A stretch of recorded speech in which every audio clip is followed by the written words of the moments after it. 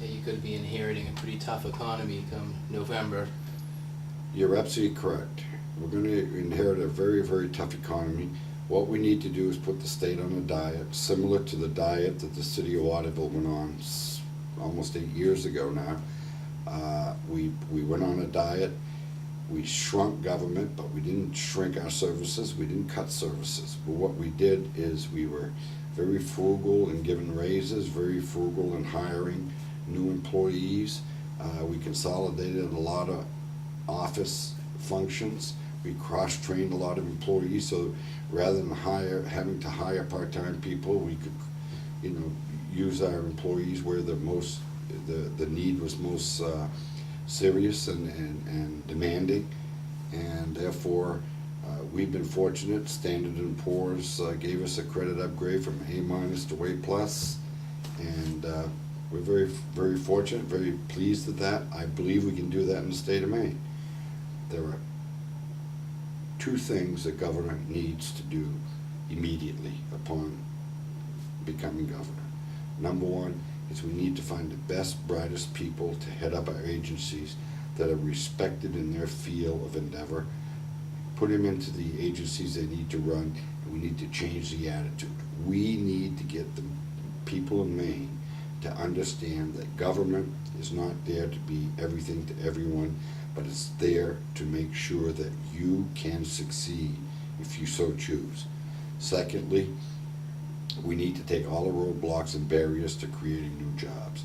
Governor can't create the job, but he sure can work at changing the environment and the culture so that regulatory agencies understand that the private sector creates capital and the public sector redistributes capital. Well, the public sector's done a phenomenal job at redistributing all the capital available in the state of Maine. Now it's time to create some new capital. And you're only going to create new capital with private sector business. I get a lot of viewer feedback and viewer requests for topics to cover. And speaking of regulations, that's one I've got a lot of emails on. When it came to the Citizens Initiative to pass what seemed in spirit to me, the idea was to give medicinal marijuana patients an easier time, more access to their medicine. The legislature and governor immediately passed what was called an amendment to the Citizens Initiative before it even started, and it seems that it added a lot of regulations. They're faced with fees, the growers and the users, and possibly having to register with the Department of Human Services. Do you think that the amendment that was changed fit the spirit of the law that the people passed? No, not at all. In fact, 59% of the people of the state of Maine passed the medicinal marijuana law. The intent was for them to pass the People's Initiative and to put it into force. They had plenty of time before it got on the referendum ballot to make the changes. They elected to wait till after it was passed in case it wouldn't, so that they could continue on their merry way. But then they've done to the marijuana law what they've done to everything else in the state. Put additional fees, additional controls, because the few in Augusta that have been going down this 35-year sliding path to bankruptcy is to put more regulation, more fees. They are now turned it into a profit center rather than a cost center. And for the state of Maine, it should be a cost center. We should provide the medicinal marijuana for the patients at the least possible cost that we can do, and that's not what the state has done. Great. So as governor, would you be willing to support the idea of local Mainers being able to open these dispensaries? That's another concern I've had. People are seeing out-of-state interest coming in and getting the deals. That's the whole point of Maine. That's the whole point of job creation. That's the whole point of our program we're going to call Easy Passage for Job Creators.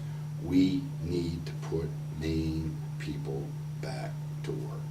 Maine people want to work, but Maine people have been put in, are trapped in the shackles of economic slavery because government controls. We need to tear down the barriers, tear down the roadblocks, allow the job creators, the risk takers, to go out and create jobs and have Maine government get out of the way. And they've done it to now the most recent one, medicinal marijuana. They've done it to the paper industry. They've done it to the agricultural industry. They've done it to the fishing industry. We lost our shoe industry, our chicken industry, our egg industry. There's nothing left except for tourism. And what did the state try to do last year? Raise the taxes on tourism, because that's the last Bastille in the state of Maine that's showing some profit. So I decided a couple months ago to try and create a new thing to this Maine Web News and try to sell some advertisements and actually make some money. First thing I had to do was fill out the paperwork to establish the business. I believe $175. So how would that program improve for a person like me? For a person like you, we're going to have a program called $5 to Prosperity. And that's basically, we're going to have one fee for a startup business. And it's going to be $5. A young entrepreneur like yourself that comes in, we're going to charge you $5, and the state is going to do the work to get you the proper permits, properly set up, and you start making money. When you're profitable and you start making money, then you pay your fair share of taxes like everybody else. So rather than be $175, we're going to lower that. We are number 8 in the nation on the cost of doing business. We are around the nation known as a very adversarial state to the private sector. We need to change that. We need to become a partner with the private sector. We need to partner, and we need to be helping the private sector succeed, not trying to put them out of business. Great. To change gears a little bit, hear a lot of talk about immigration. I mean, the country was built on immigrants, but that's kind of always been controversial, but even more so lately. What are your thoughts on the law that they passed out in Arizona? Do you support something like that? Well, let me put it this way. My family came to North America in 1622. We spent the first 200 years in Canada and the last 190 years here in the United States. I believe we've earned our way. It took 200 years to go 50 miles from the Canadian border down to into Maine. But basically, we've worked hard, we've earned our way, we've developed a culture. I have absolutely no problem with inviting in immigrants that contribute to our society. But I am absolutely against undocumented illegal aliens. Ellis Island has a rich history. Île-d'Orléans in Quebec has a rich history. That's where immigrants came in and signed up. I favor that. Jan Brewer, I think the law in Arizona is great. I think Governor Brewer has been phenomenal at trying to fight back. I support her 100%. And I will tell you, another thing I will do quickly after I'm inaugurated is reverse the executive order making Maine the only sanctuary state in this country. We're the only one that is known as a sanctuary state, and I think it's wrong. I didn't even realize. So that is to say the whole state of Maine is a sanctuary? The Governor Baldacci in 2004 passed an executive order that says he will not assist in getting illegal aliens to Maine.